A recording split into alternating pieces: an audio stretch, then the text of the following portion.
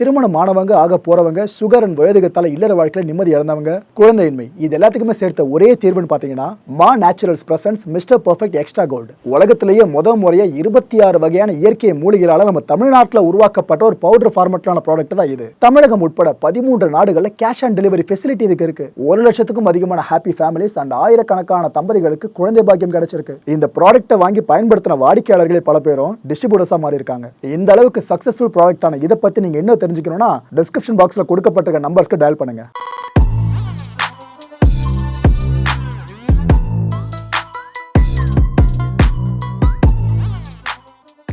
வணக்கம். Big topic with Karthik Mayakumar. சர்வதேச விண்வெளி ஆய்வு மையம் இருக்குல்ல, அதுல ட்ராப் ஆயிருக்க 2 பேருங்க. ஒருத்தவங்க சுனிதா வில்லியம்ஸ், இன்னொருத்தர் புச் வேர்ல்மோர். இவங்க 2 பேரும் எப்போ பூமிக்கு திரும்ப போறாங்க, இந்த ஒரு எதிர்பார்ப்புல தான் உலகமே காத்துக்கிட்டு இருக்கு. ஏன்னா ஒரு ஆய்வு பணி சார்ந்து போனவங்க கடைசியில் பூமிக்கு திரும்புவாங்களா இல்லையான்னு டவுட்டில் எல்லாருமே பார்த்துக்கிட்டு இருக்கோம். விஷயம் அப்படி போயிட்டுருக்கு. இப்போ ஒரு பெரிய ஒரு ஹாப்பனிங் நடந்திருக்குங்க. ஆனால் அதை பல பேர் தவறாக புரிஞ்சுக்கிட்டாங்க. சுனிதா வில்லியம்ஸ் பூமிக்கு வந்ததாக நினச்சிக்கிட்டு இருக்காங்க, வரலை. இதை பற்றி தான் தெளிவாக பார்க்க போகிறோம். இதுக்கு முன்னாடி இவங்க எப்போ அங்கே ஐஎஸ்எஸ்க்கு போனாங்க, என்னெல்லாம் நடந்துச்சு இந்த ஃபெயிலியூர் சார்ந்து, அதை பற்றிலாம் தெளிவாக சொல்லிடுறேன். 10 நாட்கள் மிஷன் சொல்லிட்டு தான் இவங்க ஐஎஸ்எஸ்க்கு கிளம்பி போயிருந்தாங்க. கடந்த ஜூன் மாதம் 12ஆம் தேதி இருக்குல்ல, அதுக்குள்ளே அவங்க பூமிக்கு திரும்பி இருக்கணும். ஆனால் இப்போ என்ன டேட்டு, செப்டம்பர்லேயே நம்ம வந்துட்டோம் ஃபர்ஸ்ட் ஆஃப் வரைக்கும். இது வரைக்கும் அவங்க பூமிக்கு திரும்பல, அங்கேயே ட்ராப்பு. கடந்த ஜூன் 6ஆம் தேதி இவங்க சக்ஸஸ்ஃபுல்லாக இந்த டாக்கிங் ப்ரொசீஜர்னு சொல்லுவாங்க. அதாவது நீங்கள் இன்டர்ஸ்டெல்லர் படம்லாம் பார்த்துருப்பீங்களா, டாக் பண்ணுறதுன்னு வாங்க பாருங்க. அதாவது ஐஎஸ்எஸ் மேலே இருக்குது அந்த சர்வதேச விண்வெளி ஆய்வு மையம். அங்கே இவங்க போகிற அந்த குறிப்பிட்ட ஸ்பேஸ் கிராஃப்ட் இருக்குல்ல, அது போய்ட்டு இணைப்பை ஏற்படுத்தும், கனெக்ட் ஆகும். அதுக்கப்புறம் தான் இந்த விண்கலத்தில் இருக்கிற ஆட்கள் அந்த ஐஎஸ்எஸ்குள்ளேயே போக முடியும். இதுதான் டாக்கிங் ப்ரொசீஜர்னு சொல்லுவாங்க. அப்போ இப்போ டாக்கிங் ஜூன் 6ஆம் தேதி நடந்து முடிஞ்சிருச்சு. ஸோ உள்ள அவங்க என்ட்ரி ஆயாச்சு. இவங்க போன அந்த ஸ்பேஸ் கிராஃப்ட்டுக்கு பேர் ஸ்டார் லைனருங்க. இதை தயாரித்து கொடுத்தது போயிங், உலக புகழ்பெற்ற நிறுவனம் இருக்குது. ஏர்கிராஃப்ட் இண்டஸ்ட்ரியில் இவங்க தான் பிதாமகன். அப்போ ஏற்பட்ட போயிங் தான் அந்த ஸ்டார் லைனரை கொடுத்துருந்தவங்க. இந்த ஸ்டார் லைனர் போகிற வரைக்கும் நல்லா இருந்தது. அதுக்கப்புறம் இஷ்யூவை ஃபேஸ் பண்ணியிருக்கேங்க.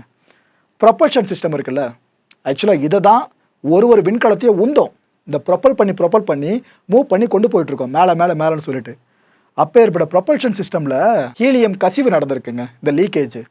ஆக்சுவலாக அந்த ஹீலியம் இருக்குல்ல, இதுதான் இந்த த்ரஸ்டர்ஸ் இருக்குது பார்த்தீங்களா, இதை ஃபுல்லாக ப்ரெஷரைஸ் பண்ணுமே.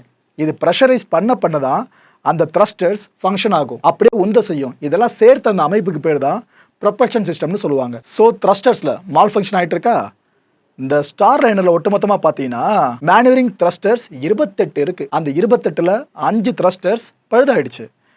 இது இயங்கினாதான் விண்கலம் நகரவே முடியும். இந்த மற்றதை வச்சு நீங்கள் நகர்த்தி கொண்டு வர முடியும். ஆனால் எந்த அளவுக்கு டேஞ்சரஸான சுச்சுவேஷனை கிரியேட் பண்ணாமல் இருக்குன்றது கேள்விக்குறி தான். ஸோ அப்பேற்பட்ட அந்த பழுதான விண்கலத்தில் இவங்க திரும்ப ஏறி பூமிக்கு வராங்கன்னா அது எவ்வளோ பெரிய ரிஸ்க்கான ஒரு பயணமாக இருக்கும். இது எல்லாத்தையும் நாசா யோசிச்சுருக்குங்க. யோசிச்சுட்டு தான் இப்போதைக்கு அந்த 2 பேரும் மேலே சேஃபாக தான் இருக்காங்க. ஐஎஸ்எஸ்ல எந்த விதமான பிரச்சனையும் கிடையாது. அவங்க பூமிக்கு வரப்போகிறனால நாங்கள் விரைவிலே அறிவிச்சிடும், கொஞ்சம் வெயிட் பண்ணுங்கள். அந்த ஸ்டார் லைனர் இருக்குல்ல, அதை மட்டும் நாங்கள் திரும்ப பூமிக்கு கொண்டு வரது சார்ந்து இப்போ முடிவுகள் எடுத்து பேசிக்கிட்டு இருக்கிறதா சொல்லியிருந்தாங்க நாசா. இதெல்லாம் நடந்து முடிஞ்ச விஷயங்கள் மக்களே. இதுக்கப்புறம் தான் இப்போ என்ன நடந்திருக்குன்னு பார்க்க போகிறீங்க. நாசா முதல்ல சொன்னாங்களே, நாங்கள் இப்போதைக்கு இந்த ஸ்டார் லைனரை மட்டும் பூமிக்கு சேஃபாக கொண்டு வர பார்க்குறோன்னு சொல்லிட்டு அந்த ப்ரொசீஜர் இப்போ நடந்திருக்கு. இதைத்தான் பல பேர் தப்பாக புரிஞ்சுக்கிட்டாங்க. ஓகே, ஸ்டார் லைனர் பூமிக்கு வந்துருச்சுன்னா அப்போ சுனிதா பூமிக்கு வந்துட்டாங்கன்னு அர்த்தம் அப்படின்னு நினச்சிட்டு இருக்காங்க. அவங்க இதில் வரல. இந்த ஸ்டார் லைனர் ஸ்பேஸ் கிராஃப்ட் இருக்குல்ல, இதில் க்ரூ எதுவுமே இல்லாமல் தான் இது பூமியில் லேண்ட் ஆயிருக்கு. இதுக்கான காரணம் முதலே சொன்ன மாதிரி தான், நாசா ரிஸ்க் எடுக்க விரும்பல அந்த ஆஸ்ட்ரோனட்ஸோட உயிர்களில். ஏற்பாட்டு வேலைகள் இருக்குல்ல, இந்த ஸ்டார் லைனர் பூமிக்கு வர்றது சார்ந்து ஃபுல்லாக ஆய்வாளர்கள் எல்லா ஏற்பாடுகளையும் பண்ணுவாங்களே, அந்த வேலை பெருசாக போச்சுங்க அந்த கமாண்ட் சென்டரில்.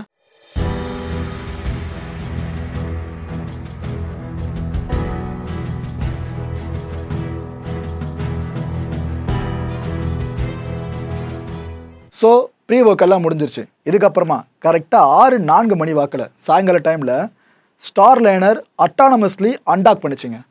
இந்த ஐஎஸ்எஸ்ல டாக் பண்ணிச்சு முதல்ல சொன்ன பார்த்தீங்களா, அதை அன்டாக் பண்ணுறதுனா அதுலேருந்து பிரிஞ்சு தனியாக வர்றது. பூமியை நோக்கின தன்னோட பயணம் இருக்குல்ல, அதை ஆரம்பிச்சுது. கிட்டத்தட்ட 6 மணி நேரங்கள் வரைக்கும் அந்த ட்ராவல் நீண்டு போயிட்டு இருந்திருக்கு. இந்த த்ரஸ்டர்ஸ் இருக்குல்ல, இதில் எஞ்சிருக்க அந்த மேனுவரிங் ஃபங்க்ஷன்ஸ் இருக்குது பாருங்கள், இதை வச்சு ஒரு வழியாக உந்தி தான் பூமியை நோக்கி வந்திருக்கு.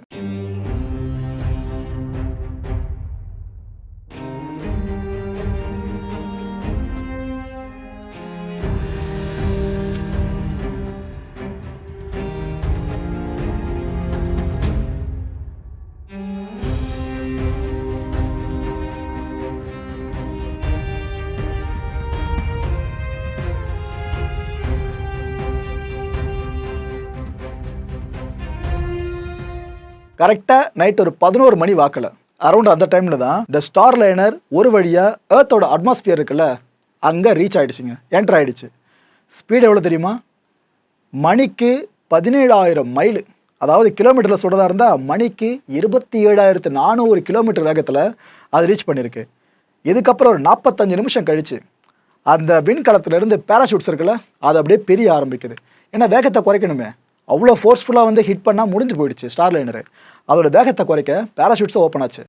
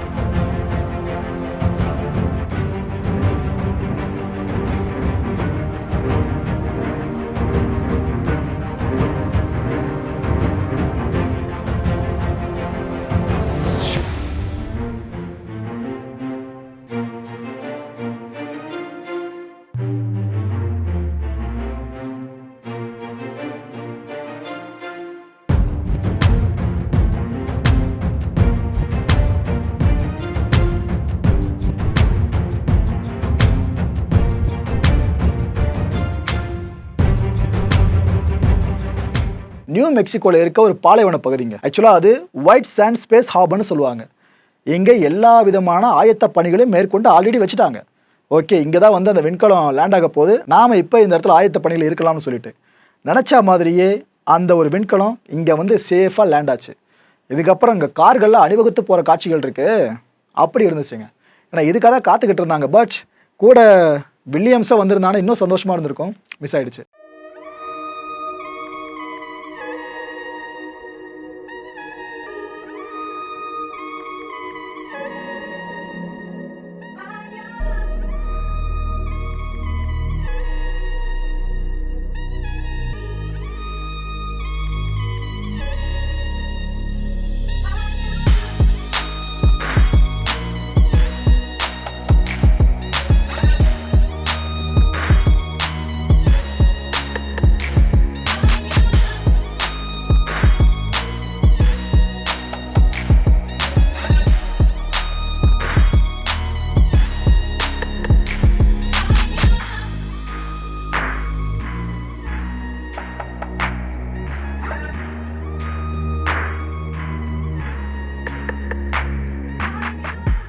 ப்ரோ இதெல்லாம் ரைட்டு, இப்போ சுனிதா என்னதான் ஆவாங்க, எப்போ வருவாங்க அப்படின்ற கேள்வி மனசில் இருக்குல்ல.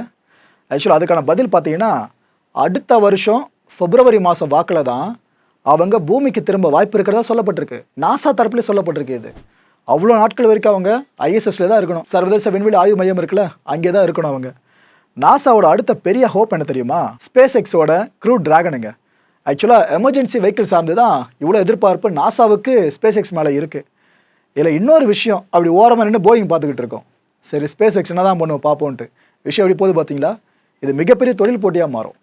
ஏன்னா ஒரு ஃபெயிலியூரை ஒரு கம்பெனி ஃபேஸ் பண்ணுதுன்னா அது அந்த கம்பெனியோட குட்வில் அஃபெக்ட் பண்ணும். அதே ஃபெயிலியூரை இன்னொரு கம்பெனி வந்து டேக்கிள் பண்ணுது அப்படின்னா அந்த கம்பெனியோட அந்த குட்வில்ல இந்த கம்பெனி பெறும். மக்களோட நம்பிக்கை இன்னும் அந்த கம்பெனி மேலே அதிகமாகும். அந்த ரேஸில் தான் இப்போ ஸ்பேஸ் எக்ஸும் போயிங்கும் இருக்குது. இந்த ஐஎஸ்எஸ் பற்றி சொல்லணும்னா ஃபுட்பால் ஃபீல்டு இருக்குல்ல, அந்த சைஸுக்கு ஒரு சயின்ஸ் லேப் இருந்தால் அப்படி இருக்கவங்க ஸ்பேஸ் சயின்ஸாக இருந்து, அதுதான் இந்த ஐஎஸ்எஸ். இதில் ஏற்கனவே 7 ஆஸ்ட்ரோனட்ஸ் இருக்காங்க. ஏன்னா பல பேர் நினச்சிட்டு இருக்கிறது சுனிதா வில்லியம்ஸ் அப்புறம் அவர் கூட போன ஒருத்தவங்க, இந்த 2 பேர் மட்டும் தான் இருக்கிறதா நினச்சிட்டு இருப்பீங்க. ஏற்கனவே 7 ஆஸ்ட்ரோனட்ஸ் உள்ளே இருக்காங்க. இவங்கெல்லாம் வெவ்வேறு ஸ்பேஸ் கிராஃப்டில் வெவ்வேறு டைமில் அந்த ஐஎஸ்எஸ்க்கு வந்தவங்க. இதில் ரஷ்யாவோட சோயிஸ் கேப்சூல் இருக்குல்ல, அந்த ஸ்பேஸ் கிராஃப்டாக அடங்கும். அதை சேர்ந்த ஒரு ஆஸ்ட்ரோனட்டாக உள்ளே இருக்காப்புல. என்னதான் அமெரிக்கா ரஷ்யா இஷ்யூ பெருசாக போயிட்டு இருந்தாலும் அது இங்கே பெருசாக எதிரொலிக்கலை. யுக்ரைன் ரஷ்யா கான்ஃப்ளிக்ட் ஆரம்பத்தில் எதிரொலிச்சுது. ஐஎஸ்எஸ்ல ரஷ்யாலாம் இருக்கக்கூடாது, அது மாதிரிலாம் பண்ணுவோன்னு சொல்லிட்டு அமெரிக்கா சொல்லிச்சு. ஆனால் சொல்லிச்சு, பட் இப்போ வரைக்கும் விண்வெளி ஆய்வு மையம் சார்ந்த ஃபங்க்ஷன் போயிட்டு தான் இருக்குது சேர்ந்து. இவங்க எல்லார் கூடயும் தான் சுனிதாவும் வில்மோரும் இப்போ இருக்காங்க. இவங்க பூமிக்கு திரும்புகிற வரைக்கும் அங்கே இருந்தபடியே ஃபுல்லாக ஆய்வு பணிகளில் ஈடுபட போகிறாங்க. அது வரைக்கும் அவங்க ஹெல்த்தை பாதுகாக்கிறது தான் பெரிய விஷயமே மக்களே. ஏன்னா ஸ்பேஸில் நீங்கள் பூமியில் இருக்க மாதிரி நினச்சி வாழ முடியாது. புரிஞ்சிருக்கும்னு நினைக்கிறேன். மக்களை இந்த கான்டென்ட்டை பொறுத்த வரைக்கும் நாமளும் எதிர்பார்க்க வேண்டிய விஷயம் ஒன்று தான். சுனிதா அண்ட் வில்மோர் இவங்க 2 பேரும் பாதுகாப்பாக பூமிக்கு திரும்பணும், எந்தவித பிரச்சனையும் உடம்புல இல்லாமல் திரும்பணும். உலகம் முழுக்க இந்த பிரார்த்தனையை எல்லாரும் முன்வைப்போம். ஏன்னா மனித குலத்தோட ஆக்கப்பூர்வமான எதிர்காலம் சார்ந்து ஆய்வு பண்ணுறவங்க தான் இந்த சர்வதேச விண்வெளி ஆய்வு மையத்தில் இருக்கிறவங்க. அதுவும் இந்திய வம்சாவளி வேறவங்க. நாம ப்ரே பண்ணால் வேறு யார் ப்ரே பண்ண போகிறா? அடுத்த நிகழ்ச்சி சந்திக்கலாம். நன்றி, வணக்கம். வணக்கம் மாயம் ஸ்டுடியோஸ் நண்பர்களே. மாயம் ட்ரெண்ட்ஸ் அப்படின்ற ஒரு புதிய ஃபேஸ்புக் பேஜை ஓப்பன் பண்ணியிருக்கோம். நீங்கள் யூடியூப்பில் பார்த்துட்டு இருக்கீங்களா நம்மளோட கான்டென்ட்ஸ்லாம். இதெல்லாம் விட ஒரு படி மேலே ரொம்ப கிறிஸ்பாகவும் ரொம்ப சூப்பராகவும் நிறைய கான்டென்ட்ஸ் உங்களுக்கு இந்த பேஜில் காத்துட்ருக்குங்க. ஸோ உடனடியாக ஃபேஸ்புக் பிளாட்ஃபார்ம் போங்க, மாயம் ட்ரெண்ட்ஸ்னு டைப் பண்ணி சர்ச் பண்ணி நம்ம பேஜை ஃபாலோ பண்ணுங்கள். அப்படியே நம்ம சேனலையும் நீங்கள் சப்ஸ்கிரைப் பண்ணிட்டீங்க அப்படின்னா இன்னும் நிறைய புது புது கான்டென்ட்ஸை உங்களுக்காக ப்ரொடியூஸ் பண்ணி கொடுத்துக்கிட்டே இருப்பாங்க. நீங்கள் பண்ணுற ஒவ்வொரு சப்ஸ்கிரிப்ஷனும் எங்களுக்கு பெரிய மோட்டிவேஷனாக அமையும்.